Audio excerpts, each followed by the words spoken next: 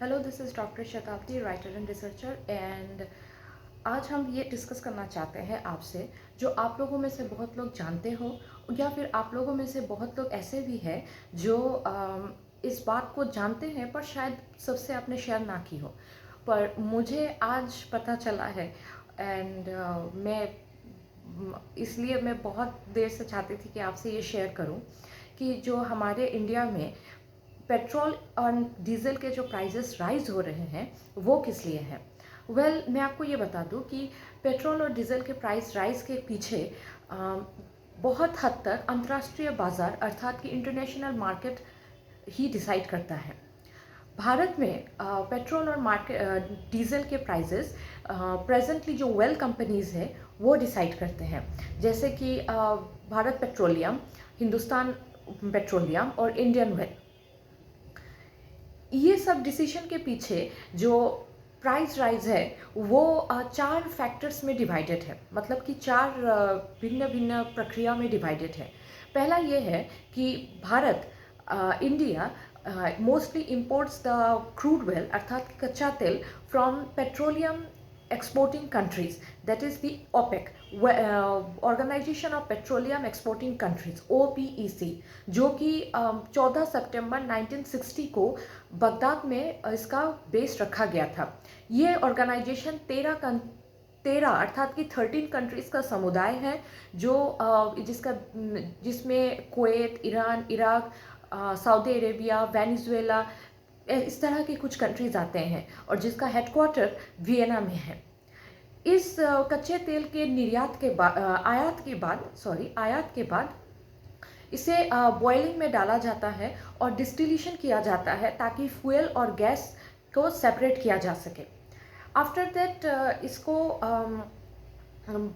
इसे जो इसकी जो बेस प्राइस है, जो बेस प्राइस उसे कहते हैं जिससे नीचे प्राइस नहीं जा सकती है, बेस प्राइस सेंट्रल गवर्नमेंट द्वारा तय किया जाता है।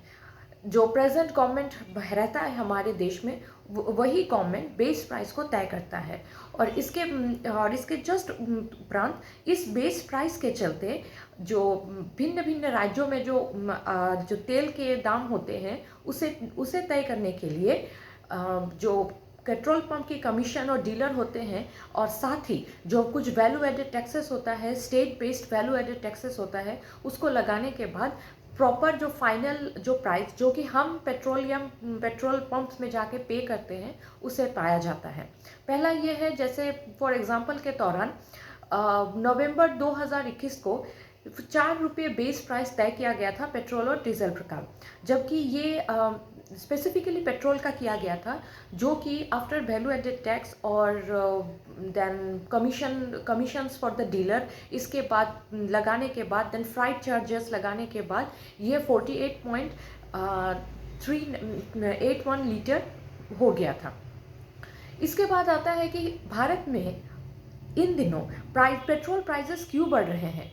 भारत में इन दिनों पेट्रोल प्राइसेस बढ़ने के कई रीजंस है, लेकिन उनमें से 2 रीज़न बहुत महत्वपूर्ण हैं।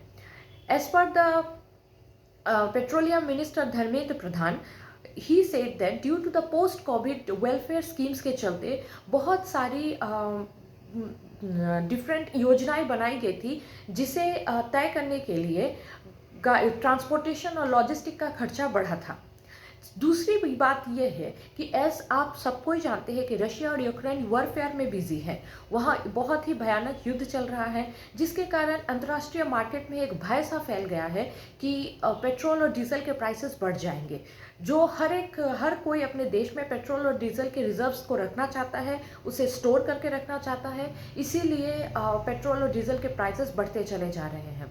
आज के लिए इतना ही, क्योंकि इतना ही मुझे पता चला है और मैं भी चाहती हूँ कि आप भी अगर कुछ चीज़ें जानते हो इस बारे में तो प्लीज़ लिखिए, प्लीज़ शेयर कीजिए, क्योंकि आप शेयर करेंगे, हम शेयर करेंगे, तभी तो एक स्वस्थ ह्यूमन काइंड हम बना सकते हैं। आने वाले जनरेशन्स को भी हम उसी को दे सकते हैं। Please be with me. This is doctor Shatabdi, writer and researcher, signing of.